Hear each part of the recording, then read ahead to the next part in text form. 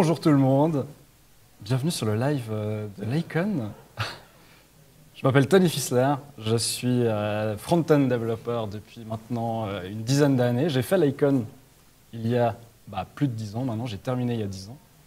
Et depuis, j'ai pas mal bossé dans le front-end development, dans une agence chez Antistatic à Lausanne pendant à peu près 6 ans. Et depuis 3 ans et demi maintenant, on a fondé une boîte à Fribourg qui s'appelle Local Impact.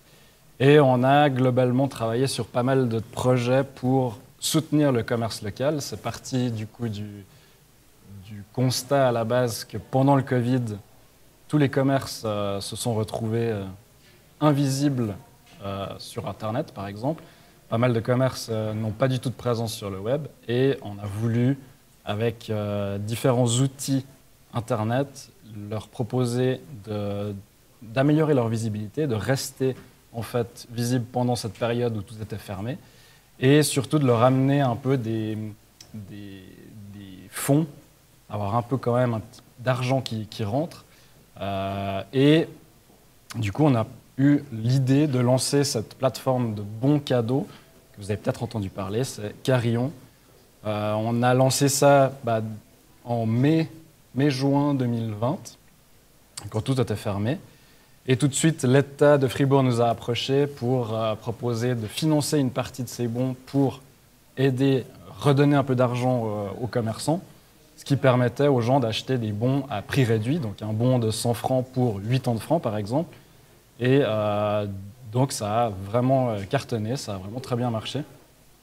Et ça a permis de maintenir à flot pas mal de petits commerces.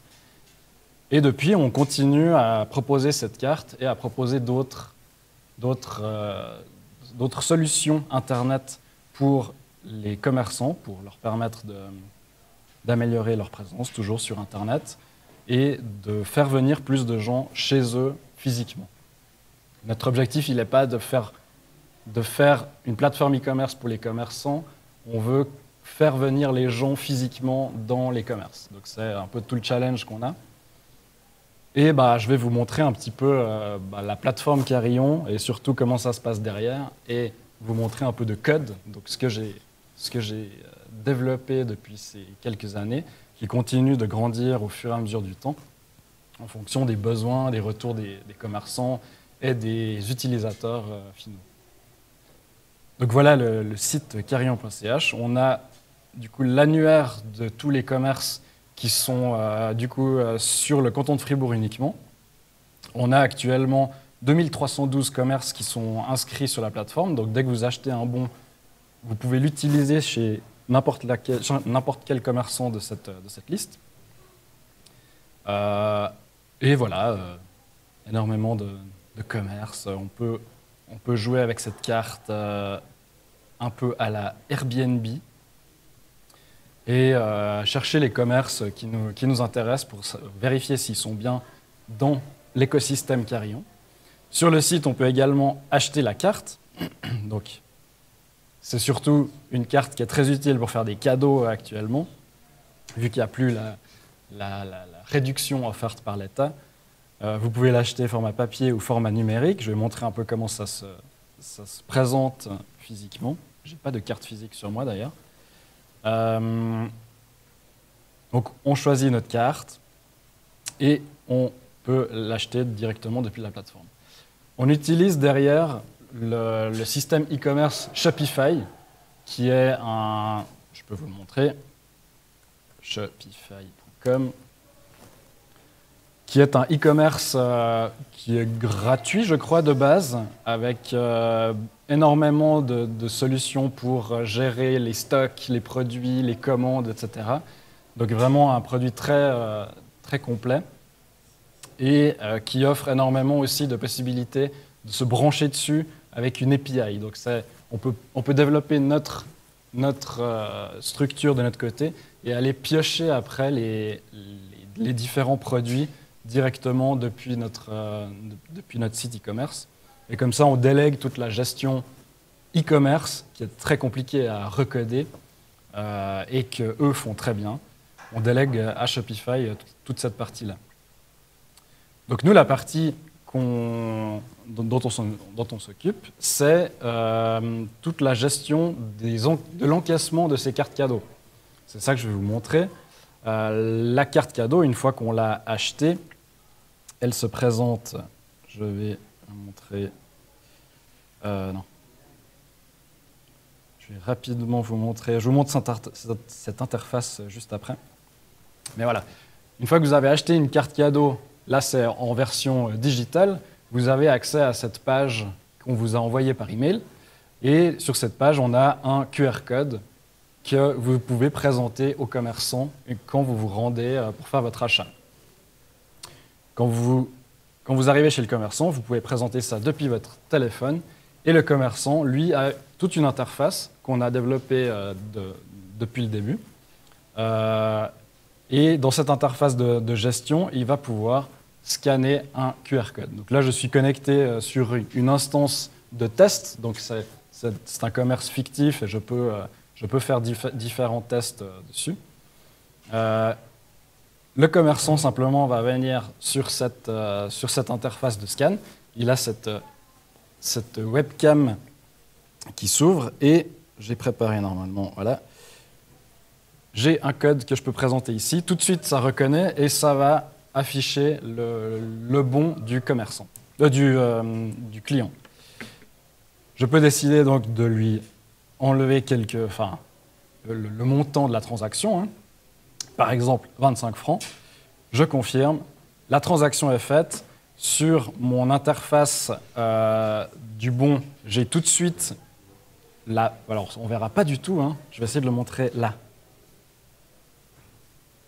J'ai tout de suite le bon la balance qui a changé. On voit que ma transaction a été comptabilisée. Et donc, j'ai tout de suite le retour sur mon bon digital, ce qui est très intéressant pour le client, pour avoir un peu un suivi et un contrôle de toutes les transactions qu'il va pouvoir faire avec ce bon-là. L'avantage de ce bon, c'est que je peux aller chez le boulanger du coin, mais je peux aussi aller après l'utiliser à la boucherie à côté, etc. Donc c'est vraiment assez chouette, tout en sachant que c'est uniquement pour des petits commerçants, donc on n'a pas du tout les grosses enseignes qui sont dans la communauté. C'est bien sûr l'objectif à la base de tout ça. Donc voilà pour la partie des bons. On propose aussi beaucoup d'autres choses. On a développé une application mobile sur laquelle on a aussi nos bons qui peuvent apparaître. Je ne peux pas vous le montrer là, mais on a une app pour ça. On utilise aussi cette app pour faire de la fidélité, c'est-à-dire c'est un espèce de fonctionnement à la Supercard de la Coop, où vous avez votre code client que vous pouvez présenter et on peut vous donner des points. Et à partir d'un certain nombre de points, le commerçant peut vous donner des récompenses, etc. Le commerçant peut lui-même configurer dans son écran de fidélité, il peut aller configurer après 200 points dépensés dans mon commerce, j'offre un bon d'achat de 20 francs, etc. Et on continue d'améliorer cette fonctionnalité-là en ajoutant d'autres options pour le commerçant, par exemple de donner plutôt des récompenses en physique, de donner des récompenses par palier, etc. Enfin, beaucoup d'idées qu'on ajoute au fur et à mesure, surtout en fonction de ce que les commerçants nous disent qu'ils ont besoin, quoi. Donc voilà, on ajoute au fur et à mesure des nouvelles briques dans cette plateforme, ce qui est toujours très, très intéressant. Et donc, je vais vous montrer un peu l'arrière de tout ça. Je travaille du coup surtout dans WebStorm. Je sais qu'on m'a fait la remarque qu'on propose à tous les élèves ici de travailler sur Visual Studio Code. Moi, je travaille un peu dans Visual Studio Code, mais aussi dans WebStorm. J'ai pris l'habitude de certaines fonctionnalités dans WebStorm, donc j'aime bien travailler avec. C'est très équivalent, hein, ça fait un peu la même chose.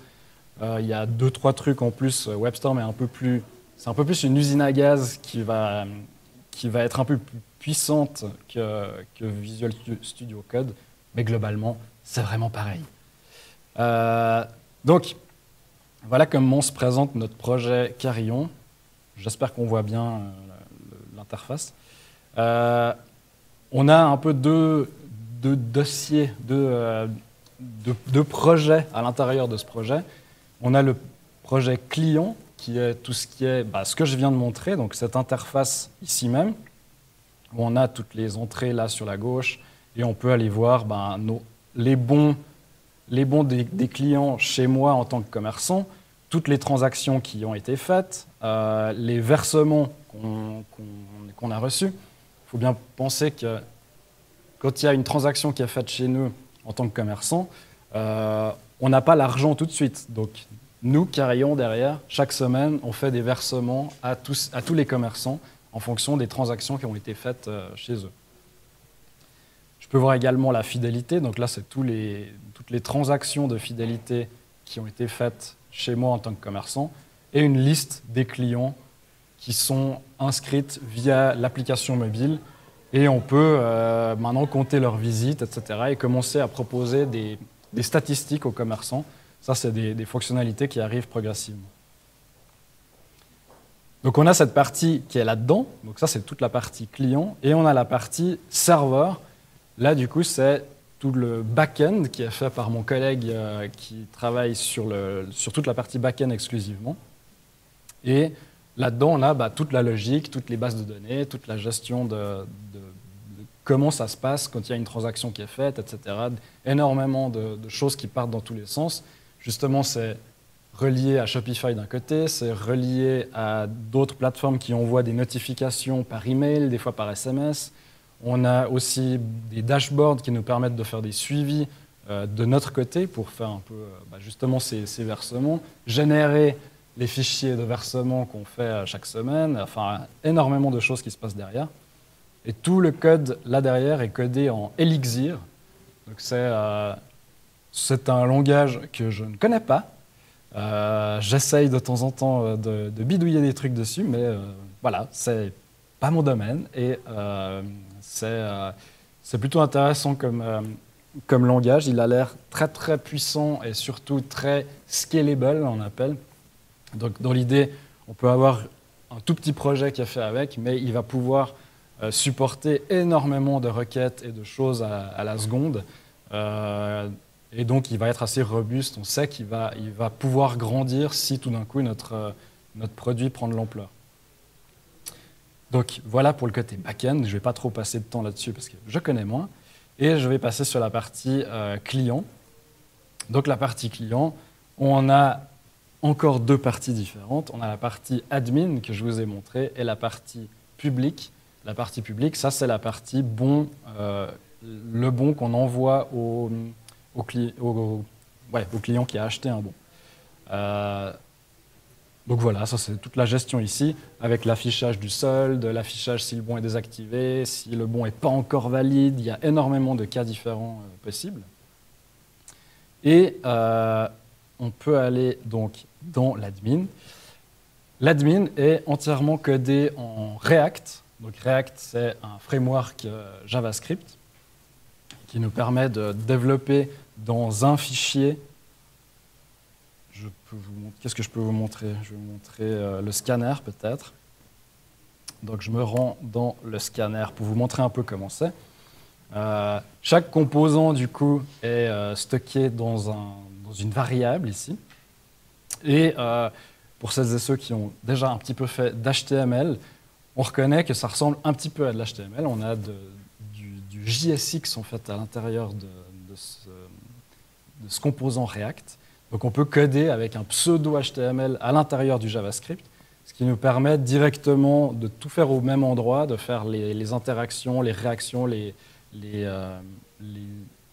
toutes les conditions qui se passent, etc. Donc vraiment énormément de choses interactives. Ça nous permet de les faire au même endroit et pas d'avoir différents fichiers dans tous les sens. Ça devient un peu dur à s'y retrouver à partir d'un certain moment. Là, on a énormément de code, forcément. Ça fait 3 ans et demi que je suis sur ce projet, donc il grandit et il grandit tout le temps. Donc voilà à quoi ça ressemble. Je teste... voilà, qu'est-ce que je teste là? Là, typiquement, je teste si on est sur la bonne URL et si on a un shop actuel. Et si on est sur cette URL simplifiée, je vais aller sur une URL un peu plus détaillée, où on a le bon chemin pour aller sur la page du scanner, etc.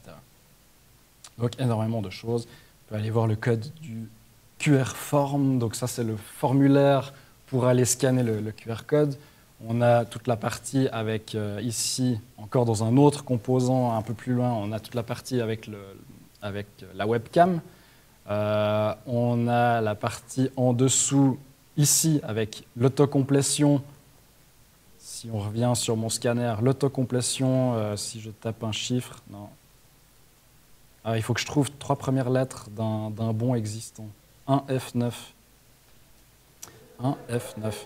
Là, on a un autocomplete qui arrive si on tape manuellement les différentes, le code d'un bon.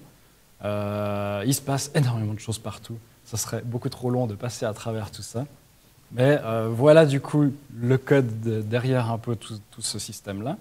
Et ce que je voulais encore vous montrer, une dernière chose qui est très importante dans n'importe quel projet en fait, de cette ampleur, c'est de s'assurer que quand on touche quelque chose, il n'y a pas 1000 autres trucs qui vont péter. Donc pour faire ça, quand on touche quelque chose, il faut aller vérifier partout si on n'a pas cassé quelque chose. C'est très chiant à faire, c'est impossible à le faire sur le long terme, forcément, parce que c'est un peu exponentiel, on doit à chaque fois aller vérifier des milliards de trucs. Donc on met en place des tests automatisés pour tester ça à notre place. Donc on définit en fait des tests, je peux vous montrer ici. On définit des tests, là typiquement je teste que j'arrive à me connecter à la plateforme. Donc on a un environnement qui est mis en place et qui va lancer tout le processus de connexion avec des données prédéfinies et on vérifie. Donc là, en rentrant, c'est assez lisible du coup comme test, c'est toujours l'objectif dans ces tests end-to-end on appelle, dans ces tests de pouvoir les lire facilement et de pouvoir comprendre ce qui se passe. Donc là je cherche le champ email, j'écris l'email, donc là c'est ma variable qui est ici. Et ensuite, je vérifie que dans le champ email, on a bien la valeur de l'email. Donc là, c'est un test très basique. Je vérifie que ce que j'ai rentré, il s'est bien affiché comme je voulais. Et ensuite, on continue le processus. Je tape mon mot de passe. Je vérifie que le mot de passe, il est bien rentré. Je tape sur Enter. Donc, je vérifie que je suis bien arrivé à la bonne page après. Donc, ça veut dire que la connexion s'est bien passée. Et je vérifie que différentes choses se sont affichées correctement. Donc on a énormément de tests qui testent un peu tous les cas de figure, toutes les erreurs qui pourraient se passer, un compte qui est désactivé, un compte qui n'est pas encore activé, un compte qui est bloqué, un compte, on a oublié le mot de passe, enfin tous les cas sont testés. Et de cette manière, on est sûr que si on change quelque chose quelque part, on relance les tests, ça va nous remonter si on a pété quelque chose. Donc très important à faire. Vous voyez là que j'ai énormément de fichiers qui testent, voilà, j'ai même un tableau que j'ai dû faire pour m'y retrouver parce qu'il y a tellement de cas différents. Ça, typiquement, c'est le test du scanner. Donc je teste pour tous les types de bons différents qu'on a, si ça se passe comme il faut. On a énormément de choses qui se passent. Donc là, je peux vous montrer maintenant comment est-ce que je lance ces tests-là. On travaille beaucoup dans le terminal. C'est toujours très pratique pour lancer des commandes, etc. Donc là, ma commande, c'est, je remonte dans mon historique, histoire de ne pas tout taper, mais je vais ouvrir la commande CI Open. Donc en fait, on utilise, pour ces tests-là, on utilise la librairie Cypress, cypress.io, je pense. Voilà. Donc c'est une librairie de tests qui est assez puissante et qui permet de faire des tests visuels. Donc on peut vérifier surtout dans l'interface comment c'est en train de se passer. Donc ça, je vais vous montrer, c'est assez marrant à voir. Donc j'ouvre cette interface-là. Je fais du test end-to-end. On peut également faire des tests de composants directement, donc des tests un peu plus unitaires qui testent spécifiquement un composant s'il fonctionne. Les tests end-to-end, c'est des tests où on teste le fonctionnement d'un début à une fin. Donc tout un processus, typiquement la connexion au site, de vérifier que du moment A au moment Z, tout se passe bien. Donc là, je lance sur Electron. On peut tester sur différents browsers aussi pour voir si ça se passe différemment sur différentes plateformes. Il faut que je lance d'ailleurs. Il faut que je lance... Non, je ne suis pas dans le bon dossier. Il y a un deck. Start. Il faut que je lance l'instance du projet sur ma machine, parce que je teste directement sur ma machine, c'est justement ce qu'il me dit là. Voilà. Donc là, je peux lancer les tests.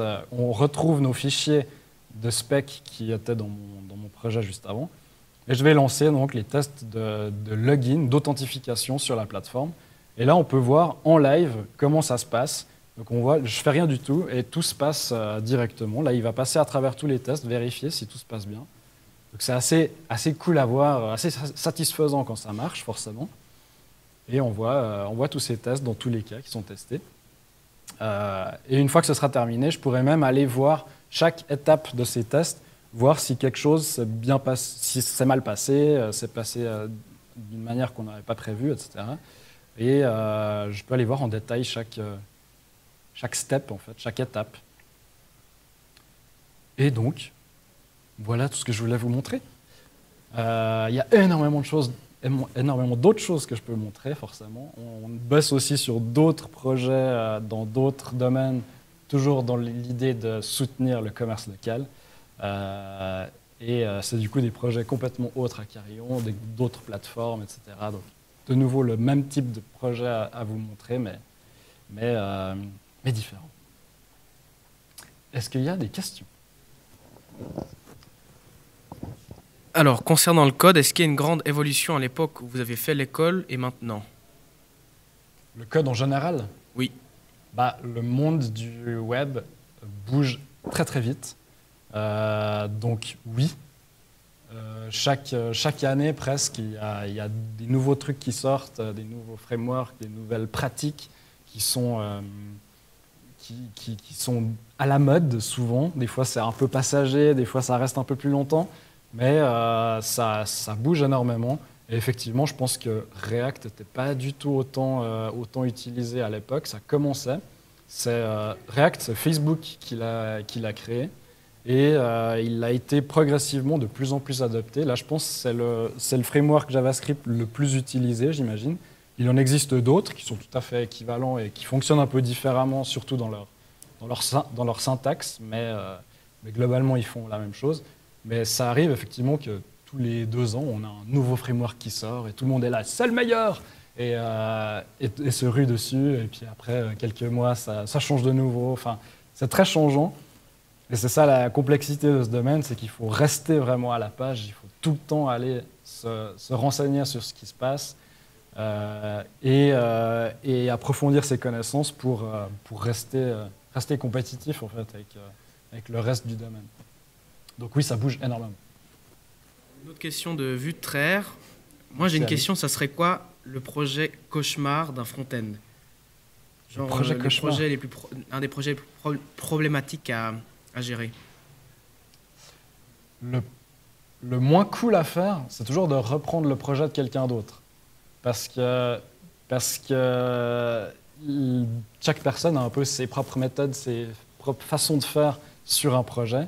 Et je pense que c'est ça le plus cauchemardesque, c'est peut-être un peu exagéré, mais c'est là qu'on a le plus de peine de se mettre un peu dans la tête de l'autre personne, de comprendre comment elle a structuré son projet, etc. Des fois, c'est pas très bien structuré, des fois parce que la personne est moins bonne que nous, ou alors elle a juste été elle-même sur un autre projet qu'elle a pris d'une autre personne, ou alors tout simplement, si c'est des projets pour des clients, des fois on n'a juste pas le temps de faire les trucs de manière optimale, et puis on doit se contenter de ce qu'on arrive à faire dans le timing. Donc ça, c'est toujours le plus dur, c'est de reprendre un projet qui n'est pas le nôtre à la base. Une dernière question, vous avez fait cette école avant, comment définirez-vous les avantages d'une formation comme celle d'Icon pour les développeurs, pour être développeur, pardon?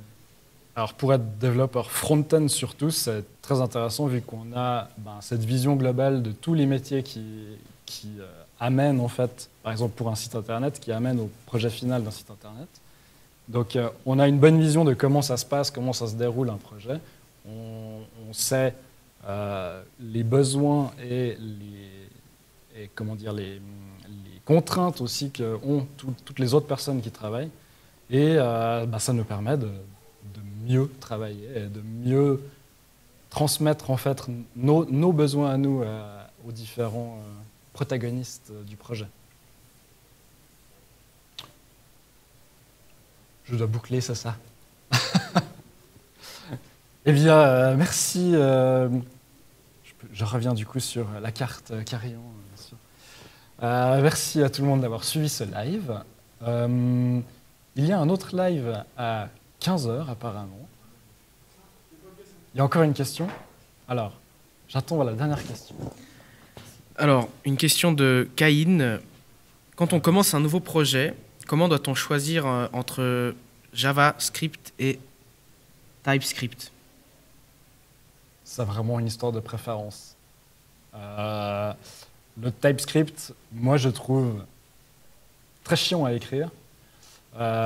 Et comme j'utilise WebStorm, qui est un peu plus aidant pour tous les types des différentes variables, etc., que j'utilise, en fait, je ne vois pas trop la plus-value à mon échelle, là, sur mon programme, du TypeScript, à part de s'emmerder à tout typer, etc.